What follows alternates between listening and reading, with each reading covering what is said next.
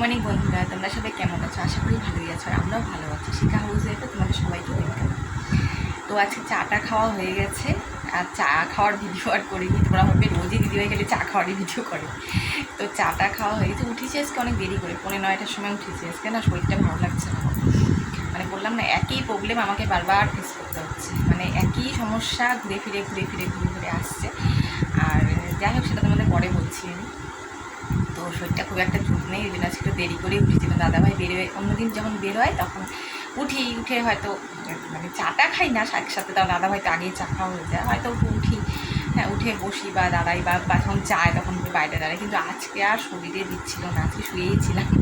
বেরোয় গেছে শুনলাম বেরোচ্ছে, কিন্তু আমরা না উঠতে ইচ্ছে করছিল না। যাই হোক, শরীরটা ভালো লাগছিল না, যেমন দেরি করেই উঠলাম। এখন সেই দৌড়াদৌড়ি লাগবে, এখন দেরি করে উঠলে কাজের দেরি হয় না বলো তো? কী করবো, ভালো লাগছিল না। রোজ তো আর একরকম হয় না, একই রকম রুটিন কি প্রতিদিনে হয় বলো তো? তো আজকে একটু দেরি হয়ে গেছে উঠতে।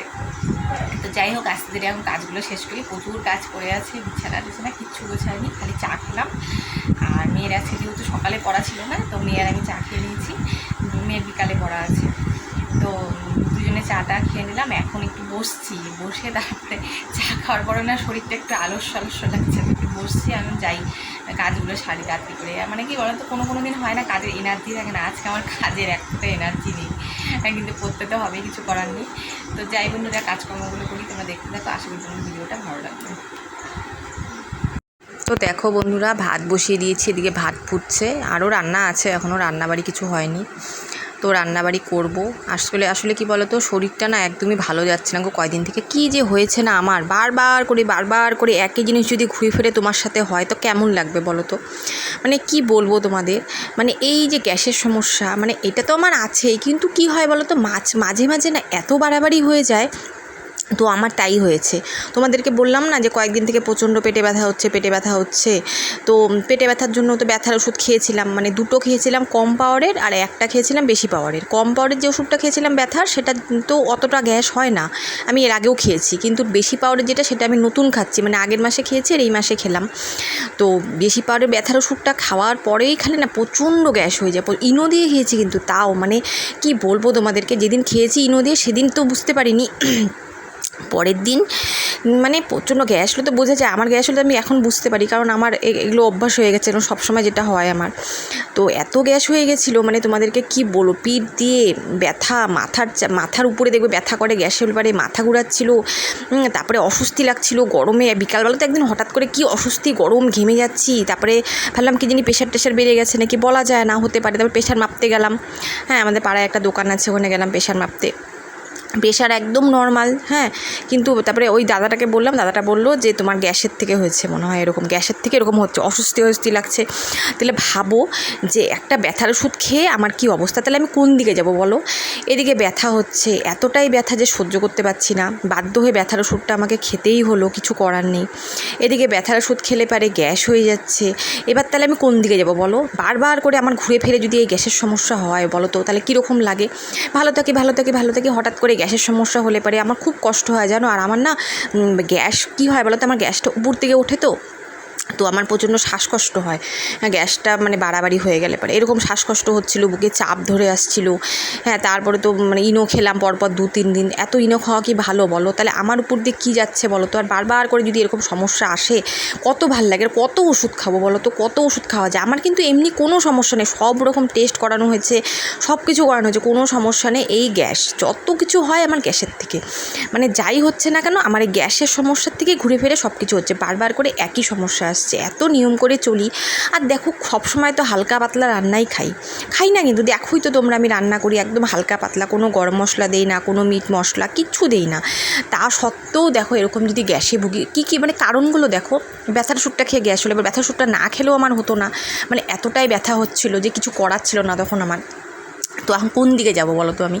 তারপরে দেখো, এই একটা গাইনো প্রবলেম তোমাদেরকে বললাম, এটা একটা সমস্যা হয়েছে ঠিকই। তো এটা দেখি, ডাক্তার দেখাই, ডাক্তার কি বলে। দেখো, মানুষ থাকলে তো, শরীর থাকলে তো সমস্যা আসবে, কিন্তু এই গ্যাসের সমস্যাটা আমার বারবার করে ঘুরেই খালি আসে।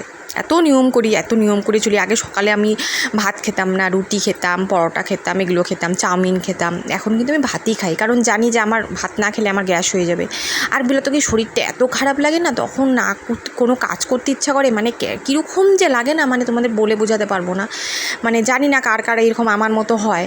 তো অনেকের যেমন গ্যাস হলে পরে একটা ওষুধ খেলেও ঠিক হয়ে গেলো, আমার তো মানে কম পাওয়ারের ওষুধে আমার হয়ই না, আমার বেশি পাওয়ারের ওষুধ খেতে হয়, না হলে আমার কমেই না, মানে এতটাই শরীরটা খারাপ লাগে। তো এই 2-3 দিন থেকে এরকম খুব অস্বস্তি হচ্ছে, একটা বুকে চাপ চাপ ধরে আসছে, হ্যাঁ, একটু নিঃশ্বাস নিতে হালকা হালকা কষ্ট, এটা আমার হয়, এটা আমার গ্যাস হলে আমার হবেই, এটা আমি জানি। তো যাই হোক, ওষুধ তো খাচ্ছি, গ্যাসের তো রোজ সকালে একটা করে খাচ্ছি খালি পেটে। তাও না মানে আমার না ভালো লাগে না গো, একসময় মনে হয় কি ধুর, মানে কোনো কিছু খাবো না, আলু সিদ্ধ ভাত খাই এরকম মনে, সেটা কি আর খাওয়া যায় বলো তো? আলু সিদ্ধ ভাত কি আর সবসময় কি আর ভালো লাগে? তাও তো দেখো একদম হালকা পাতলা খাই রান্না, মানে এই যে ডাল করেছি দেখো, ডালটার মধ্যে কিন্তু পেঁয়াজ দেইনি, রসুন দেইনি, পেঁয়াজ রসুনটা কমই খাই।